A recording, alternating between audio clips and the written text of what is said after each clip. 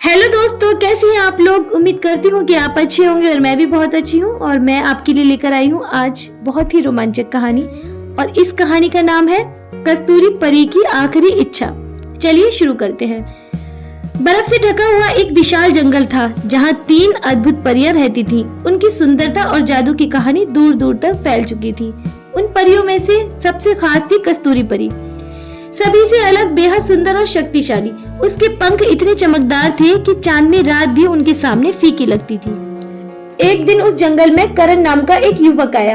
वह जंगल के रहस्य और परियों की कहानियों को सुनकर वहां खींचा चला आया।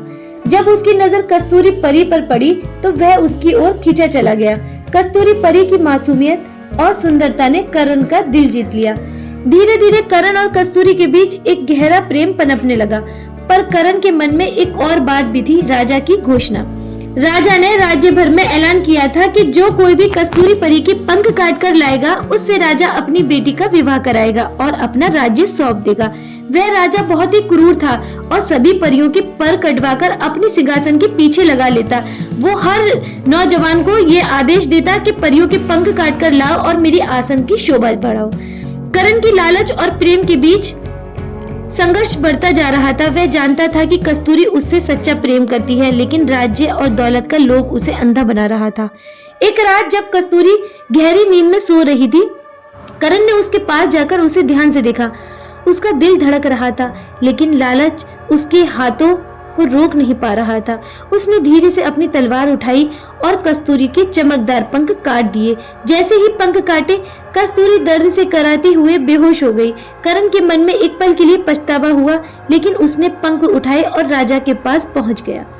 राजा ने करण को इसका इनाम दिया, उसे राज्य का उत्तराधिकारी घोषित कर दिया और अपनी सुंदर बेटी का विवाह उससे कर दिया। लेकिन करण के दिल में अब खुशी नहीं थी। उसे हर समय कस्तूरी परी की चीखें सुनाई देती थी और उसका दर्द भरा चेहरा उसकी आंखों के सामने आता। लेकिन राजकुमारी की सुंदरता ने उसका मन मोह लिया और वह धीरे धीरे सब कुछ भूलने लगा। इधर जो परी बेहोश पड़ी थी, उसके साथ उसकी सारी सहेलियां उसके पास आ गईं। जब कस्तूरी परी को होश आया तो उसने खुद को अपने कटे हुए पंख के साथ पाया। उसकी आंखों से आंसू बह रहे थे, लेकिन आंसू अब बदले की आग में बदल चुके थे। उसने प्रण लिया कि वह करण को उसके लिए सजा जरूर देगी। करण अपने महल में राजा बनकर बैठा था, लेकिन उसे चैन नहीं था। हर रात उसे कस्तूरी परी की चीखें सुनाई देती और वह अजीबोगरीब सपने देखने लगा। एक रात जब पूरा महल सो रहा था, करण ने महसूस किया कि कोई उसकी ओर देख रहा है। उसने पीछे मुड़कर देखा, सामने खड़ी थी कस्तूरी परी, आंखों में बदले की आग लिए। उसके कटे पंखों से खून टपक रहा था। कस्तूरी ने धीरे आवाज में कहा, करण, तुमने मेरे साथ विश्वासघात किया है और अब मैं तुम्हें कभी चैन से जीने नहीं दूंगी। तुमने मेरे साथ प्रेम का नाटक किया और अपने प्रेम जाल में फंसाया। अगर तुम्हें मेरी परी ही चाहिए थी तो मुझसे प्रेम से मांग लेते। मैं खुशी खुशी अपनी जान भी तुम्हें दे देती, लेकिन तुमने ऐसा नहीं किया। तुमने मेरे साथ विश्वासघात किया। देखो करण, मैं कितनी तकलीफ में हूँ। करण, सिर्फ तुम्हारे लिए। तुमने मुझे ये दुख दिया है। ऐसे ही कई साल बीत चुके। करण जो राजा बन गया था, उसकी एक बेटी हुई जिसका नाम उसने रूबी रखा था। रूबी बेहद प्यारी और मासूम थी। उसके जन्म पर सभी परियों को बुलाया गया।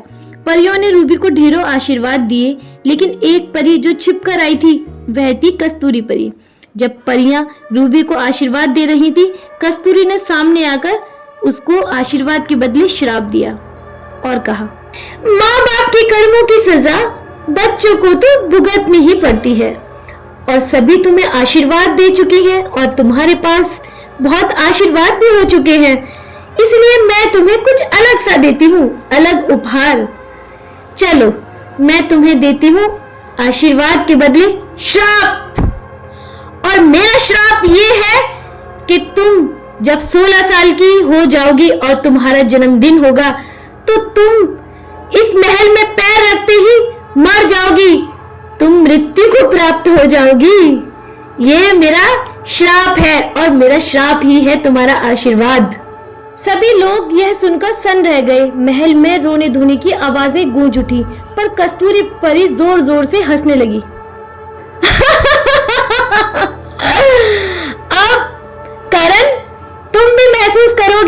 जब हम किसी से प्यार करते हैं और वो हमसे दूर चला जाता है तो कैसा लगता है।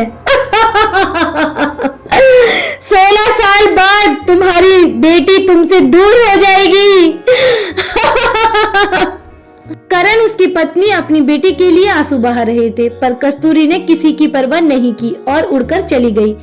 दिन बीतते गए, रूबी बड़ी होने लगी, लेकिन कस्तूरी का श्राप सभी के दिलों में बसा हुआ था। एक दिन जब रूबी अपने कमरे में सो रही थी, कस्तूरी परी वहां आ गई। उसने रूबी को डराने की कोशिश की, पर रूबी उसे देखकर मुस्कुराने लगी। उस मासूम मुस्कान ने कस्तूरी का दिल पिघला दिया।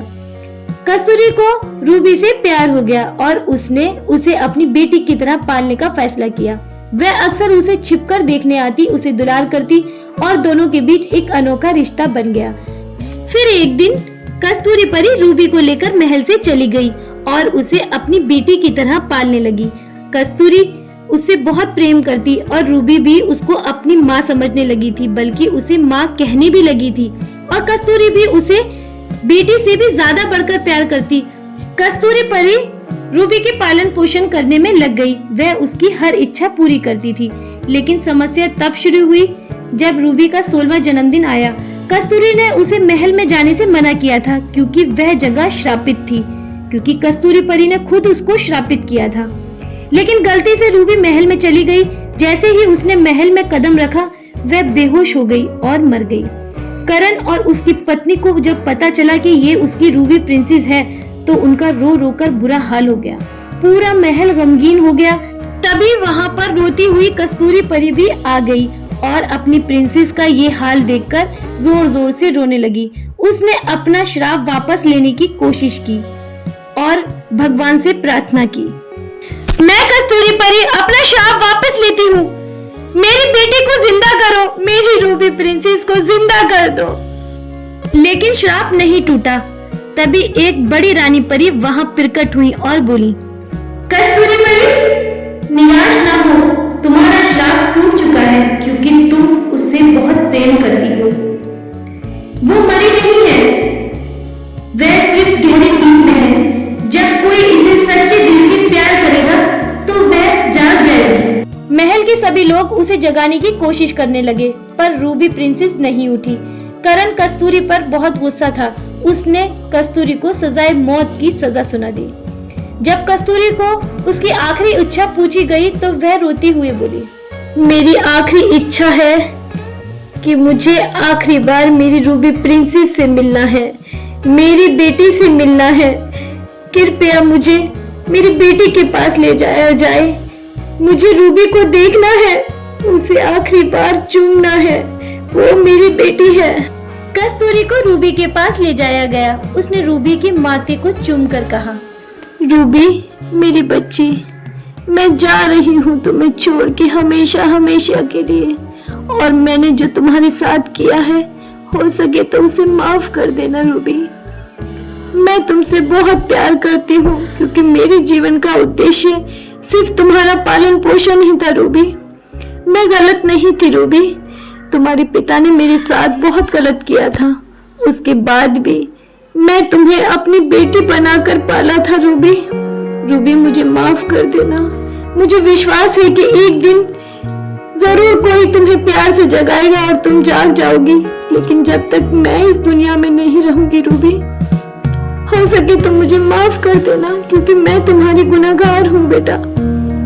और मैं जहाँ भी रहूंगी तुम्हें आशीर्वाद देती रहूंगी। अलविदा।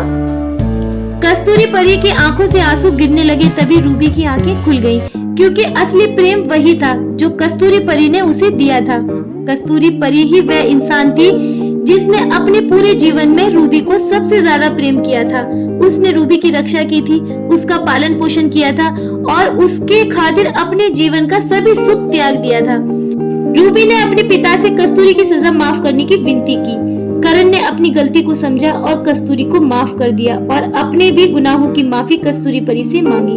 फिर रूबी ने सबको अलविदा कहा और कस्तूरी परी के साथ उसके महल जो जंगल में था वहां चलने का निर्णय लिया। जाते समय उसने कहा, पिताजी मुझे माफ कर देना, मैं आपके साथ नहीं रह सकती, क्योंकि कस्तूरी माँ ही मेरी सच्ची माँ है। मैं इनके बिना नहीं जी सकती। और इनके भी जीवन में मेरे अलावा कोई खुशी नहीं है। ये भी मुझसे जुदा होकर जी नहीं सकेंगी। मुझे जाने की अनुमति दीजिए।